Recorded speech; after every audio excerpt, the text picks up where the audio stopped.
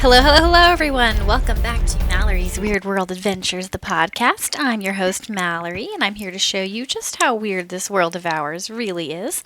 If this is your first time tuning in, please make sure you follow Mallory's Adventures at mallorysadventures.com. Check out Weird World Adventures on Amazon Prime today. The first season, consisting of 6 episodes, is available now. And this series of podcasts we're on right now is highlighting the release of Season 2, which will be available this fall 2025. And today's episode, we're going to highlight our time in Long Beach, California. We had an episode where we went through Las Vegas and California, and we stopped at the Queen Mary. And right now I am in Nag's Head, and we're sitting out a hurricane. So all of the crazy winds and rain had me think of ships and boats. And I'm like, the perfect episode to feature today is the Queen Mary. So please listen in.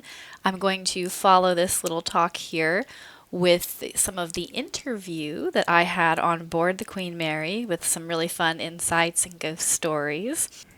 So before we follow up with our interview, I just wanted you to know that the Queen Mary is an ocean liner that served as a luxury liner and also a troop ship before becoming a hotel and attraction in Long Beach. It is really exciting because it is from the era of the Titanic. It's one of the oldest ships still around from that time period, and it's actually larger than the Titanic slightly. So you get to go kind of immerse yourself in this Titanic-like feel for a day, which is really exciting for a lot of people.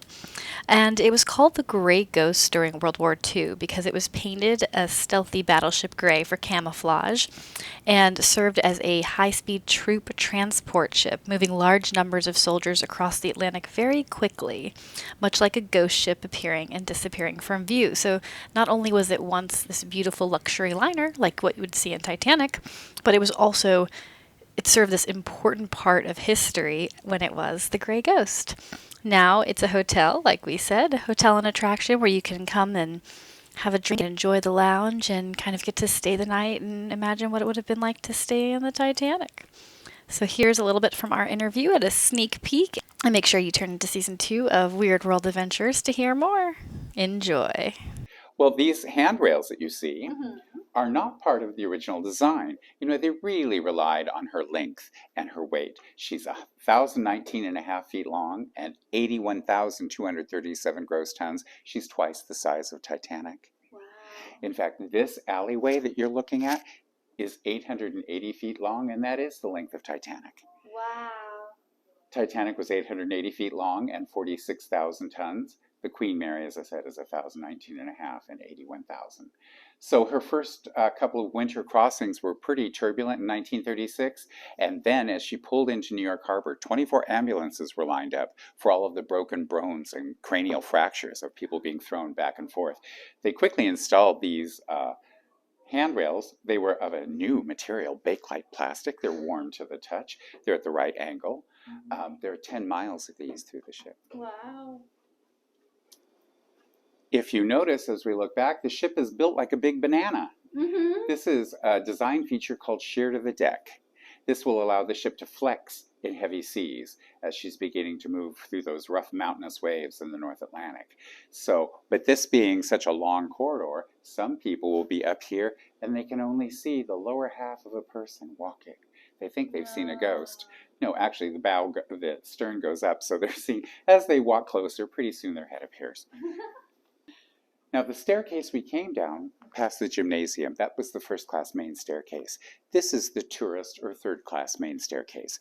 A little more humble, but many, many people crossed in tourist class. In 1936, it was $300. So it was a little $700 cheaper. And these knobs were put in to stop children from sliding down the banisters, because as we are close to the bow, the plunge here, there was a continual rise and fall as she broke through the waves. Now, I've seen 3 apparitions in my life, and the third one was here on board. Second Officer William Stark.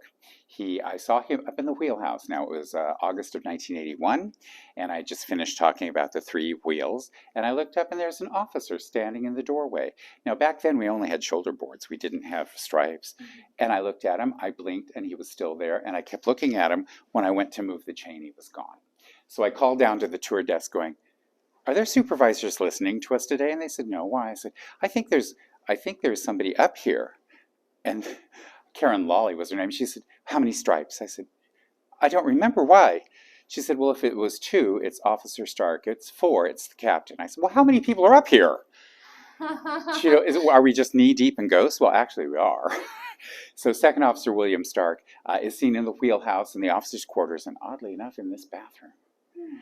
And the reason being, did you know there's boy and girl sides to a ship? Yeah. The girl side is the starboard side, and that's all of the stewardesses were housed all the way to the stern on the starboard side, and that's why in the original areas of the ship, the girls' bathroom is on the starboard side, the boys' bathroom is on the port side, and our stewards were all the way forward on the bow. So in 1970, as they were getting the ship ready for all of her gracious guests, this area was tourist class hairdressing and the barber, but they figured we may not need a barber here. So they expanded these bathrooms and changed genders. So Second Officer Stark, bless his heart, his story is he was up on the wheelhouse. There are 4 officers in the wheelhouse while we are at sea, and they'd had quite a squall, and he was at the end of his 6-hour shift. And the staff captain was watching him and said, hey, Stark, why don't you come down to the officers' quarters and have a drink with me before we go to dinner? Well, Officer Stark thought that was a grand idea, went down to the officers' quarters, and there's a little pantry there. And the officers so enjoyed that because in that pantry, the captain's tiger, he was his personal servant. That comes from the colonization of India when your personal servant wore bright silks and so forth. We didn't make the captain's tiger on board wear bright silks. But in that pantry, he could make sure that the captain could get a cup of tea or a sandwich or some consomme. And they really enjoyed it because the closest place to eat was 6 decks beneath them and 2 football fields behind them. So that little pantry was pretty delicious. So Second Officer Stark comes barreling in there and says to the captain's tiger, might you have a bit of gin? I would so love to have a shot before I meet the staff captain. So they start looking. The steward left. But Officer Stark is opening drawers, opened pantries, and then found a footlocker and opened it, and there's a big bottle. He unscrewed it, poured a big glass, knocked it back, but the burning in his mouth. As the steward came in with a bottle of gin, and Stark himself said, I think I've poisoned myself. Well, it was carbon tetrachloride. It's a cleaning fluid, which is like pouring boiling water across paper towel. It just began to destroy his intestinal system. He died 2 days later. And what a horrible way to go. And that's why he really doesn't understand that he's dead. So he's seen in the officers' quarters, he's seen in the wheelhouse where I saw him, he's also seen in this bathroom. Because bless his heart, during his time, that's a boy's bathroom. Oh, no. So we get reports at the front desk frequently, there's a man in the girls' bathroom. Poor guy. And that's how he's spending eternity. Oh, no. Now, this area right here, when the body was found, right here, you can tell that this is a very steep staircase. This is about a 45-degree angle. With the continual pop and roll as this ship begins to go through the seas, especially with bad weather, if they had enough time. Now, I was a flight attendant for a long time, and I made a similar announcement, but there would be a chime, ping, ping. Ladies and gentlemen, the captain has let us know we're heading into some inclement weather. We advise that you stay in your cabin and a crew member will be along with further instructions. Thank you. Which was a nice way of saying stay in your cabin, because it's going to get a little turbulent. If you can imagine a 15 to 30 degree roll while she's rolling here, within the plunge, we've had water wash up to the wheelhouse and break windows, and then wash even higher to the forward smokestack in the plunge, meaning all of tourist class here would be underwater in that plunge. And then within her recovery, she will roll back. That will make this staircase almost 90 degrees. So the body that was found here, we do know his name. We have a little bit of information on him, but he's seen as the man in black, not Johnny Cash, coming up here. But his head is not there. He starts at his shoulders down. And that's the other thing about ghosts. Ghosts are incomplete. So, bless his heart, he either hit his head here and had cranial fractures or maybe broke his neck during the plunge and was found here. But he is seen coming up the stairs. I've seen a very blurry photograph, but he does use the handrail, which I really appreciate. So, we're going to go down the deadly stairs this way. Now, we talk a lot about the paranormal and the metaphysical on board, but she's a deeply spiritual ship. You see, she had 2 Catholic chapels on board. They offered an Episcopal church service, and the captain himself offered a non-denominational church service to all passengers in the first class main lounge. It was amazing to see how many people from second and third class suddenly had to go to church on Sunday morning to get into that beautiful room. This ship was also the first ship in the world to offer a kosher kitchen and a synagogue on board, and the synagogue was behind that door. And many, many people found that a great comfort and were completely loyal to Cunard and also the Queen Mary for that acknowledgement. This is also the third class children's playroom. You know, it was a different time. You know, drop your children off there and you can have a full day. You can sit in a deck chair. You can go watch a movie. But we have an imprint here that's truly sad.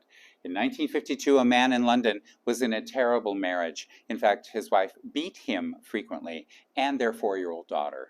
And he had decided one day that was it. He booked passage in tourist class aboard the Queen Mary, picked up his little 4-year-old, left the flat, and came on board and came to America. Which I think is a sweet story, but he forgot about the radio telephone service. Now, what happened on sailing day is it was very confusing. People are coming on, people are getting off, there's a lot of confusion. So they did something very cool. All 3 classes would open the children's playroom, drop off your sweet thing there, go close the trunks, go close the suitcases, make sure you tip out your stewards, then come and pick up your precious and leave the ship. And that's what this gentleman did, came through the doors there to come pick up his sweet little daughter, picked her up and was holding on to her when the authorities came through this door, and a terrible scene ensued as they wrenched that little girl out of his arms and arrested him for kidnapping. So he was handcuffed in front of her, and it was quite an ugly scene, and she was crying for her father, and he was led into downtown New York, and she was returned to England by herself at 4. Wow. So on rainy nights, and sometimes when it's very foggy, you can hear a little girl calling for her father in that corner. Well, she has lots and lots of information, I'll tell you. We're always discovering new bits. In fact, Captain James and I was getting ready for a tour, first one of the morning, 10 o'clock in the morning, and we have a video lounge that we show a new video that we've put together with historic clips. And as I go by, there's a guy already sitting in there wearing a baseball cap, a blue windbreaker, and cargo pants. And I went, there should be nobody in there. I'm the first tour. And why is the video already ended? So as I got to the door to look back through the clear window in the door, there's nobody there. I went, oh, wow. So Captain James tends to be a bit of a skeptic. So he said, Captain James, guess what? I saw a ghost. He goes, really? I said, up in the video room. He had a ball cap on, a blue windbreaker, and cargo pants, and the color drained from his face. He said, I know who it is. I said, you do? He said, before the pandemic, this was the Scottish heraldry store. You could buy bibs and bobs from Scotland and also research your own plaid. He said, that's Guy. He was the manager of that store. I said, you knew him? He said, I did his service. We buried him at sea off Newport Beach. He's Guy as much as possible. It must have just been the right day. Now, also, this is the location. Uribe is our night watchman, and he was walking down this hallway about 3:40 in the morning, looking at his phone like a good employee. And he looked up, and there was a little boy about 4 years old standing in this doorway.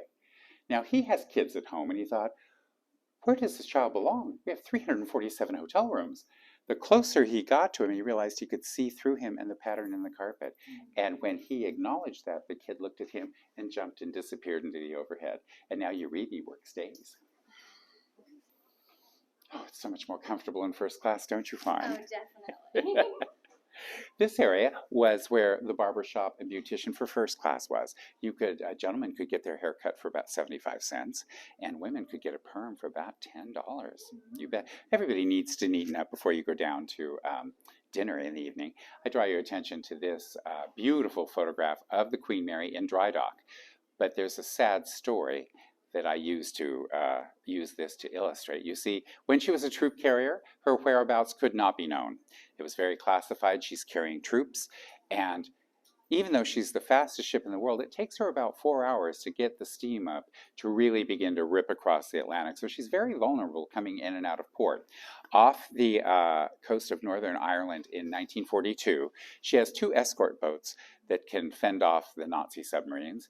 But somehow word did not get down to the starboard side, to the HMS Kurosawa, because suddenly this monstrous bow wheeled to the starboard side, reared up, and crushed the little 4,000-ton Kurosawa. It took 7 minutes for the two flaming pieces to go underwater, and the bow killed 338 people.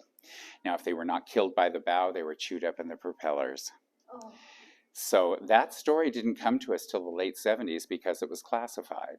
But I've had engineers tell me, and I've gone all the way up in the bow, and if you're quiet, you can hear the rush of water or the crush of metal or people screaming. It's also in the prop box. So, in fact, we have time. Do you want to go to the bow? Yes, definitely.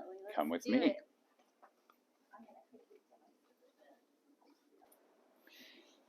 This area originally would not have been a passenger area. This would be a crew area.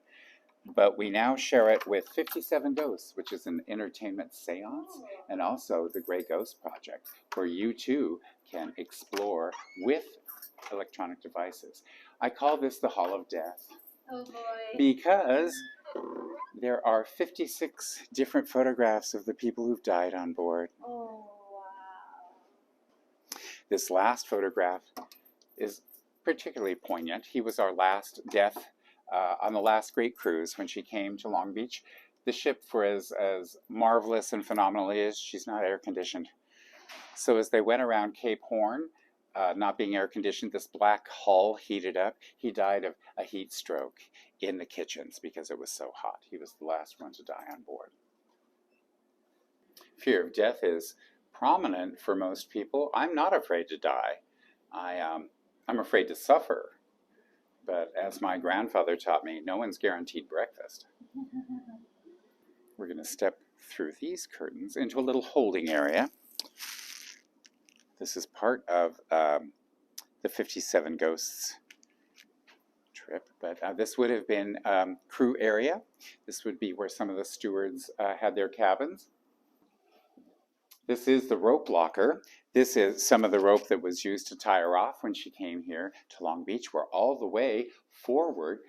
If you come forward and use your light into that area, that is the actual bow of the ship. We're all the way forward here. Now this is when you're very quiet, you might hear them.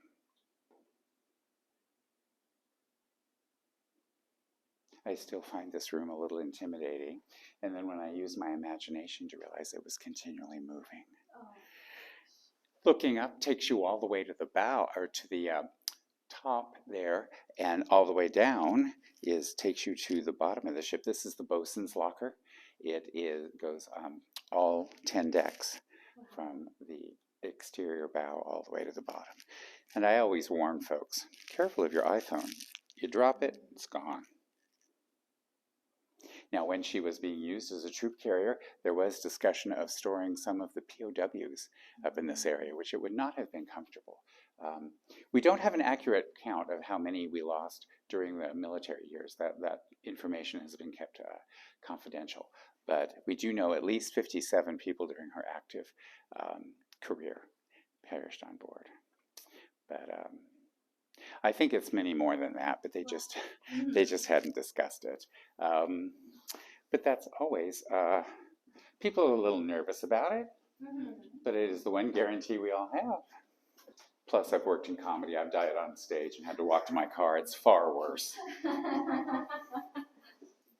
Oh, that's his light. Ooh, I thought I saw a shadow person. I was going to say, look, quick. Thank you, gentlemen. We're actually going to slip through the seance room. We have some haunted dolls and such. Oh, no. Yeah. We have one that she terrifies me. I don't like her at all. This is our seance room for 57 Ghosts. There's a doll in that box that I've walked in, and she's been standing looking out that window. Oh, no. Yeah, she's a little disconcerting. Featured Annabelle a few times. Yeah. Met more times than I'd like to admit. These are all haunted objects that I have collected. I actually asked about this clown because I don't kind of cotton to it. It was part of a circus fire. Oh.